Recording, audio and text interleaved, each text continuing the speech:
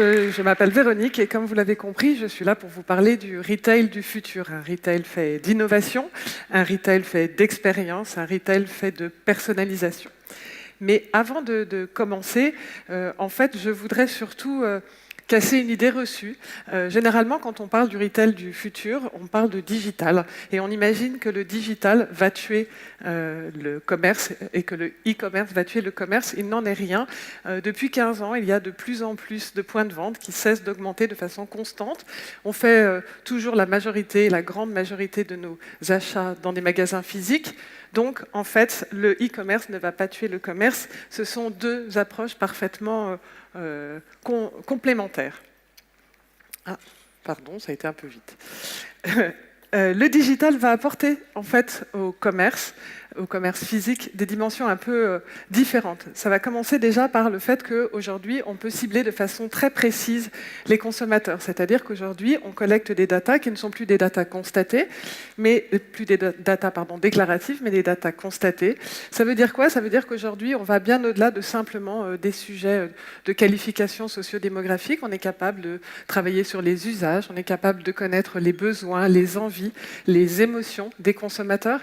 Et donc, on a pu définir 7 profils de shoppers, ce qui fait que pour les commerçants aujourd'hui, ils peuvent cibler et adresser les shoppers très en amont et de façon très personnalisée. Le deuxième point, c'est que le digital va apporter aussi la possibilité d'augmenter le trafic et de le personnaliser en adressant le bon message au bon moment, avec la bonne offre, et donc de pousser, de permettre un trafic et une visite très personnalisée. Et puis le dernier point, c'est en fait que les magasins auront la possibilité aujourd'hui de faire vivre à leurs consommateurs des expériences uniques, des expériences qui vont exister grâce à la réalité augmentée. Je vous ai pris comme exemple YouMood. YouMood, c'est une expérience qui a été menée par Uniqlo en Australie. Dans les magasins Uniqlo, pour vous donner une idée, il y a plus de 16 000 références de t-shirts. Donc quand vous voulez acheter un t-shirt, vous pouvez vous retrouver un peu perdu face à cette multiplicité de choix. Et bien là, ils proposaient aux consommateurs de regarder des images qui provoquaient chez eux des émotions, qui provoquaient chez eux des réactions.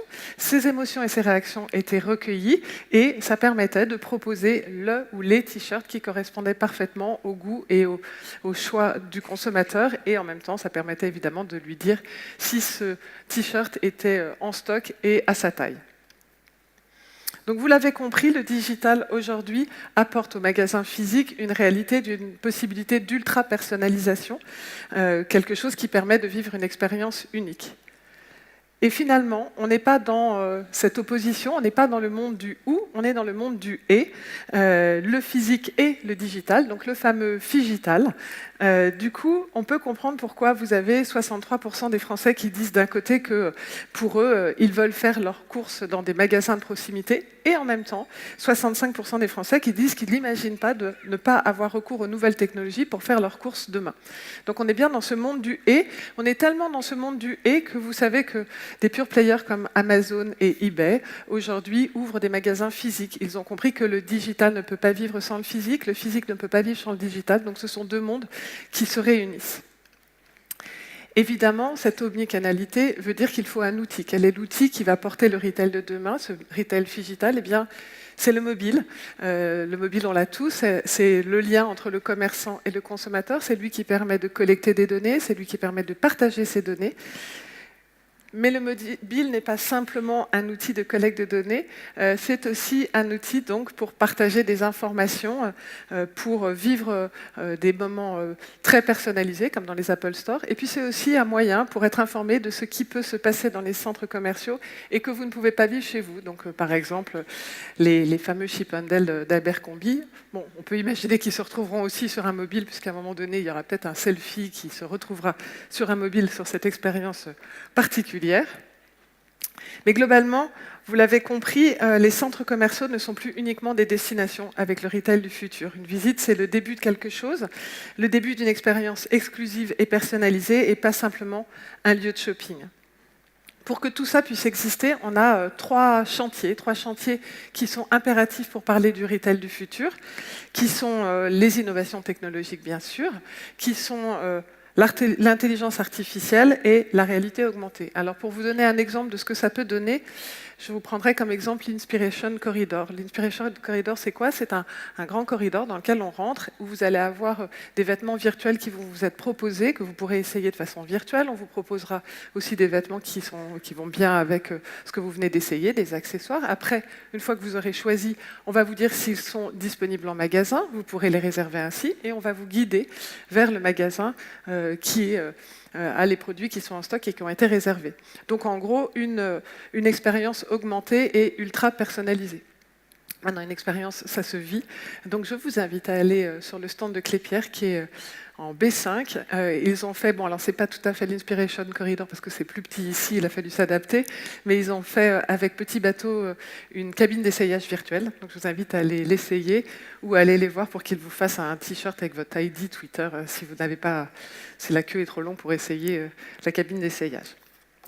Bref, vous l'avez compris, le retail du futur va permettre d'avoir des expériences augmentées extrêmement personnalisées. Mais il y a 3 conditions pour que tout ceci fonctionne. La première des conditions, c'est que la collecte des data doit se faire de façon dans une logique de co-conception, c'est-à-dire que les commerçants doivent partager avec les consommateurs la réalité de ce qu'ils collectent et les informations doivent être partagées dans les deux sens. On ne peut pas faire les choses autrement que par transparence, on ne peut pas faire les choses autrement que dans une logique de co-construction, sinon ça ne fonctionnera pas. Le deuxième point, c'est qu'il faut construire dans une logique de pépinière. Pourquoi une logique de pépinière? Parce qu'en fait, le monde où les choses étaient bien prêtes, bien terminées, et on pouvait les lancer, est terminé. Aujourd'hui, on essaye, on teste, on lance, on co-crée, on optimise, on récolte des informations, on écoute ce que disent les consommateurs. Donc on sera forcément dans cette logique de co-création.